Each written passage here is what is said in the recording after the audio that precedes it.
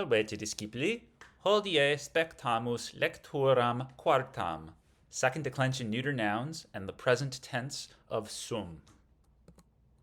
Hodie discemus primum vocabula capitis quatuor, deinde grammaticam capitis. Neuter nouns in the second declension, substantives, and sum in the present indicative. Primum discemus verba vocabulorum capitis quatuor. In hoc capite sunt duo verba, iuo, sum.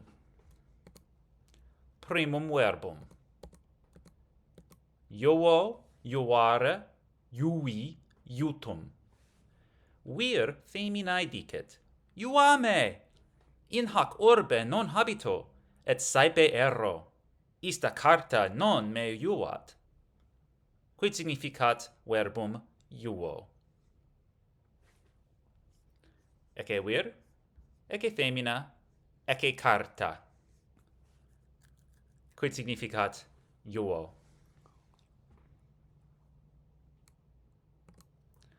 Ultimum verbum sum esse fui futorum. Renatus philosophus dixit, cogito ergo sum. Ecce Renatus philosophus. Quid significat sum?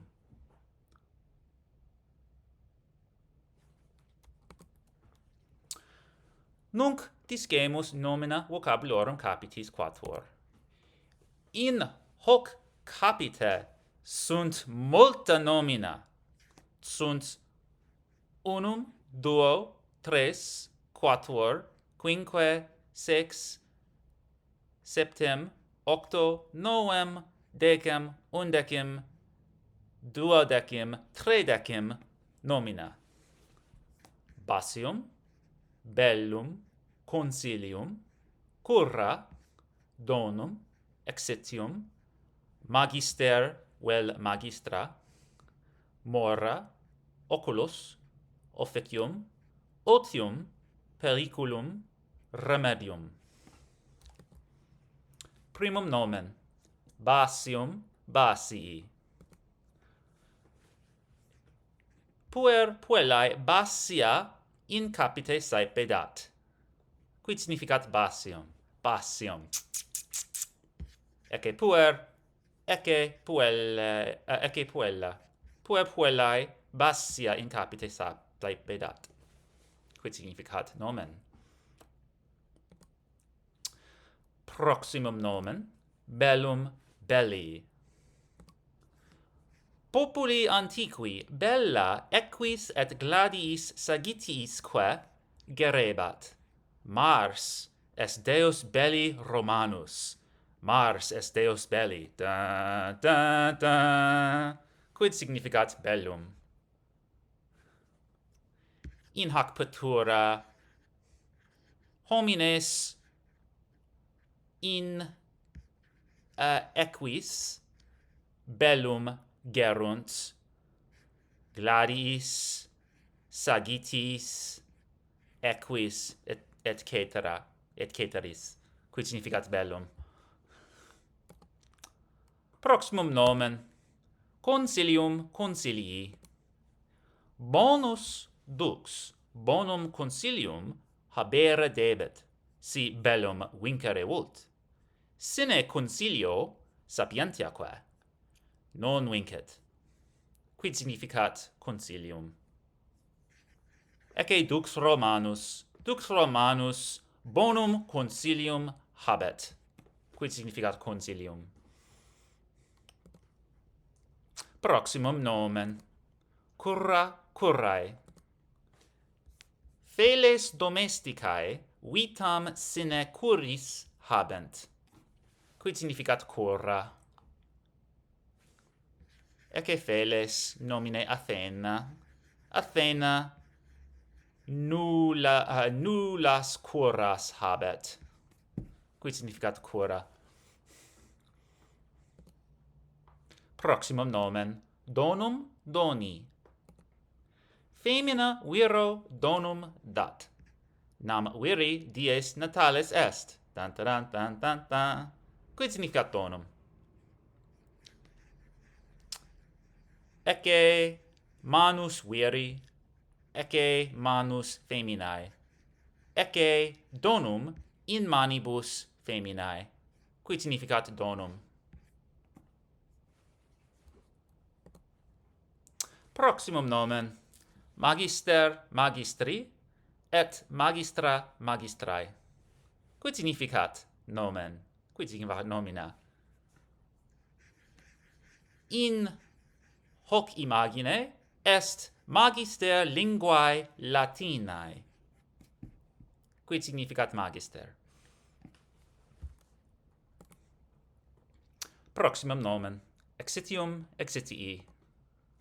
Aeneas vir Troianus, cum patra filioque et uxore, exitium urbis Troiae fugit. Quid significat exitium? Ecce Aeneas, ecce pater Aeneae, ecce puer, ecce filius Aeneae, ecce uxor Aeneae, ecce urbs Troia, ecce exitium urbis Troiae. Quid significat exitium? Proximum nomen, mora morae. Multa vehicula in via sunt. Hodie expectate longas moras. Quid significat mora? Ecce multa, ecce plurima vehicula in via. Quid significat mora? Est longae, sunt mongae morae hodie in viae, in viis. Proximum nomen, oculus oculi. Oculus farum videt. Oculis nostris videmus. Quid significat oculus? Ecce farus, ecce oculus. Oculus farum videt. Quid significat oculus? Proximum nomen, officium officii. Vespertilio vir signum videt. Officium vocat. Serva urbem, o vespertilio vir. Quid significat officium? Ecce vespertilio vir. Ecce signum vespertilionis. Quid significat officium? Officium quod vespertilionem virum vocat. Proximum nomen, otium otii. Ubi Maximilianus otium habet, musicam auscultat. Quid significat otium? Ecce Maximilianus otium habet. Ergo Maximilianus musicam auscultat. Quid significat otium? Proximum nomen, periculum periculi. Hoc signum nos monet. Quid est periculum? Ecce signum est periculum. Quid est periculum? Quid significat periculum? Ultimum nomen, remedium remedii. Remedia istae pestilentiae habemus. Vaccina accipere debemus. Quid significat remedium?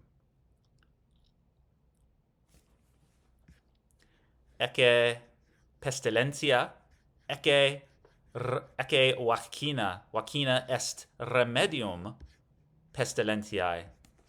Quid significat nomen? Nunc discemus adjectiva vocabulorum capitis quatuor.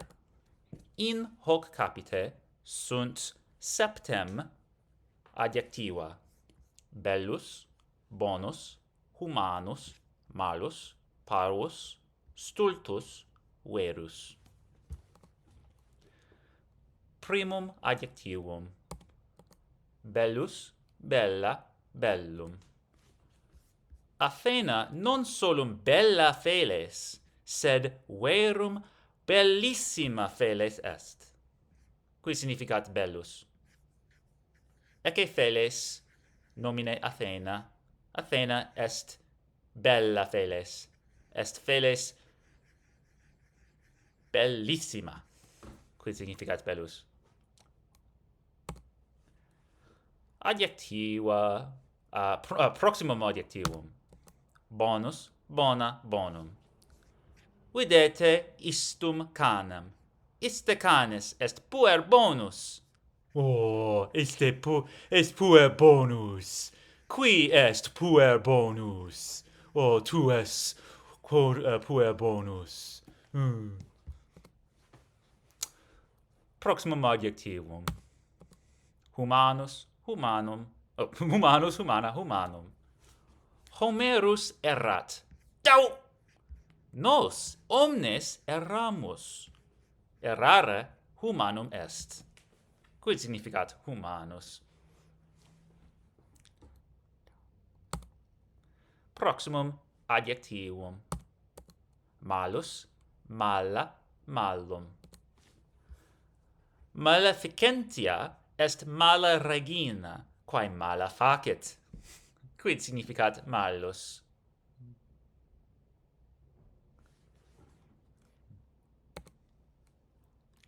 Proximum adjectivum. Parvus, parva, parvum. Parvam felam in manu habeo. Videte quam parva sit ista feles.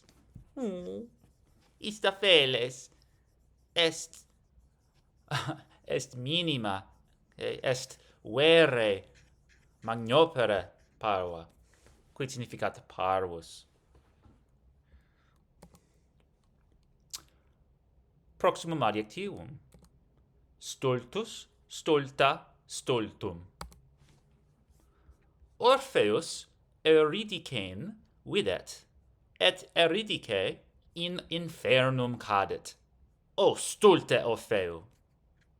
Quid significat stultus?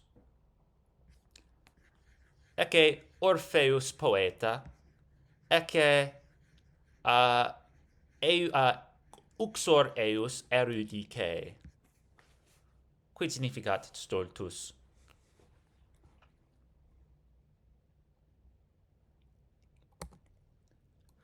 Proximum, ultimum adjectivum. Verus, vera, verum. Esne pinguinus verus? Minime. Hic est pinguinus falsus. Quid significat verus? Verus vel falsus. Non est verus pinguinus, est falsus pinguinus. Quid significat verus?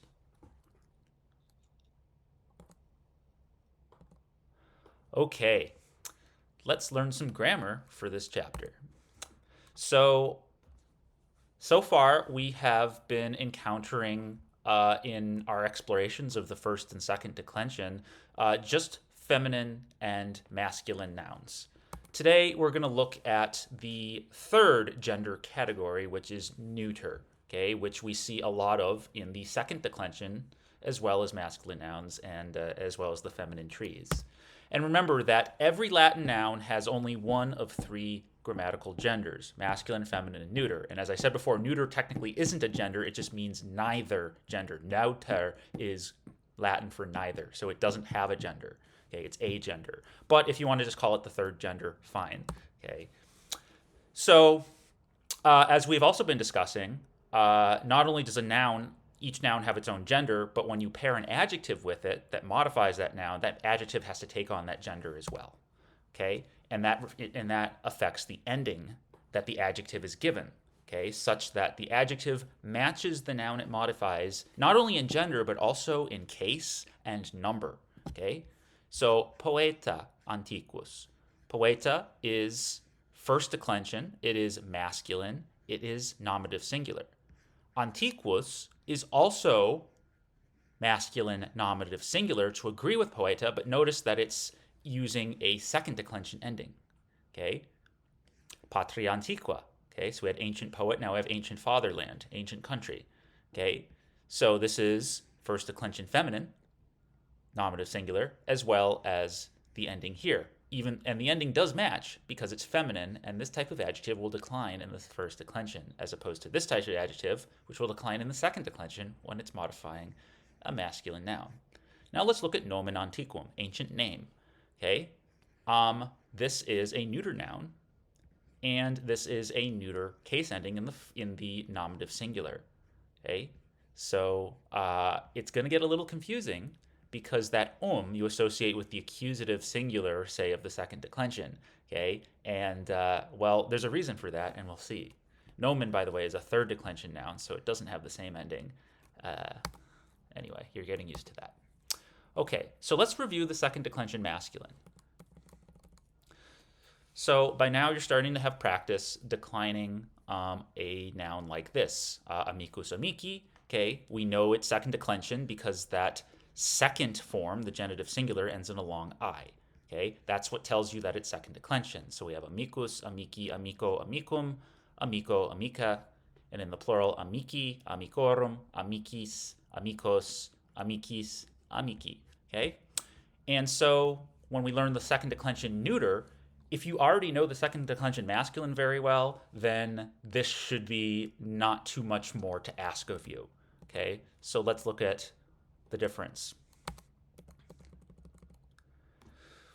Here's the difference. Okay, so on the left we have donum doni, the word for gift, and on the right we have amicus amicus, amici, the word for friend. Okay, and you'll notice here that I have, besides the color coding for the different genders, I have underlined the only instances where we have different looking case endings than in the second declension masculine on the right. Okay, so what is unique about neuter nouns? And this is actually something that you'll see in all declensions that have neuter nouns in it.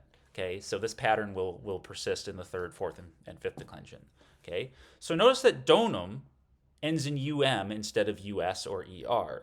Okay, in the nominative.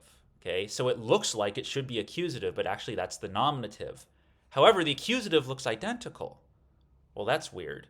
Okay, and that's going to be an annoying thing about neuters is sometimes you need to do a little more thinking to figure out whether donum is in the nominative as the subject or the accusative as the direct object. You'll have to use context. Okay, but this is what I call the neuter rule, is that the nominative and the accusative and the vocative, by the way, will all be identical. Okay, in the singular and plural. So if the singular ends in so will the accusative and so will the vocative. Okay, and notice the plural here. Okay, the nominative plural, not just of neuter nouns in the second declension, but neuter nouns in any declension, third, fourth, and fifth, when we get to them, will end in a short a. Okay, that means the accusative will end in a short a, and as will the vocative. Okay, so that's all you need to know to know how to deal with neuters. Okay, is that the nominative, accusative, and vocative will be the same in their respective numbers. Otherwise, the endings are identical to the endings we see in the second declension masculine. Okay, the genitive, dative, and ablative will have the identical case endings to those cases, singular and plural, in the nominative. So again, if you can get used to the neuter rule of what's underlined here, then it shouldn't be that difficult as long as you have the second declension endings memorized otherwise, right? Okay. So now let's talk a bit more about 212 adjectives, okay, and their agreement. Now, we talked about this a few times, so I really want this to sink in. Okay, so the class of adjectives we've been working with so far are called 212 adjectives, and they are in the vocab entry. You're given three forms consisting of a stem, roman, let's say. I should have long marks over this word, sorry. And then you have three different case endings with each of them. And notice how I color-coded them according to gender. Okay, romanus, masculine, Romana, feminine, Romanum, neuter. Okay, we call this a 2-on-2 adjective. And the reason for that is when you pair Romanus with a masculine noun, the adjective will decline in the second declension, masculine. If it pairs with a noun in the first that is feminine rather, then the adjective will decline in the first declension. And if the noun it modifies is neuter, then the adjective will decline in the second declension, neuter. Okay, so notice that even within the declension, there's some slight variations depending on the gender of the noun. Okay, and that's why the twos are different flavors of two, as we have been learning in this chapter. So here's the example we gave you before, and again, there should be long marks there, but not in every Latin text you're going to read is going to have long marks, especially when you get on to unadapted Latin. So that's fine. So Imperator Romanus, okay, masculine noun, emperor, Roman emperor, okay, so Imperator Romanus. Imperatrix Romana, Roman empress, okay, Romana declines in the first declension. Imperium Romanum, Roman Empire, okay, ends in okay, going to decline in the second declension neuter, okay. Okay, and another important way of using adjectives, not only in Latin but also in English, in other languages, is called a substantive, and that's essentially when you treat an adjective as a noun. Okay, an adjective can function on its own as a noun when it is not modifying a noun, and it translates as X person or people or X things. Okay, so if you see an adjective and you don't see a noun that it could be modifying, treat it as a substantive. Treat it as a noun on its own. It's referring to something that is an actual thing or person. Okay. So let's use the word stultus, meaning foolish. Stultus a Okay? If we just see any variation of that word by itself, depending on its gender and number, we can kind of fill in what kind of noun it could be modifying that's implied. So a stultus, masculine singular, it means foolish or a foolish man or a foolish one, a foolish person. Okay? Stulta, a foolish woman. Stultum, a foolish thing. Okay, and then the same in the plural. In English, we use substantives all the time, especially with demonyms. Okay, so for example, I am an American. Okay, or I can say I'm an American citizen. Now, American citizen, the word American in that sentence is an adjective modifying citizen. But I can also say I am an American, or we can say Americans, live in the Western Hemisphere. Okay, notice how Americans, okay, is not modifying any noun; it's functioning as a noun. Okay, the same thing with Romanus, Romans. You can say Imperium Romanum, the Roman Empire, or you can just say Romani, the Romans. Okay, so it's something that language does all the time, that we do all the time, and so I'm just kind of spelling it out for you. It's called substantives, which when you give an adjective substance, right? When you give it an actual existence as something and not just modifying. Okay, last thing in this chapter is, of course, one of the most important words, not just in Latin, but in any language, as far as I know. Okay, and that is the verb to be, right? You can imagine that's one of the most fundamental words in any language, right?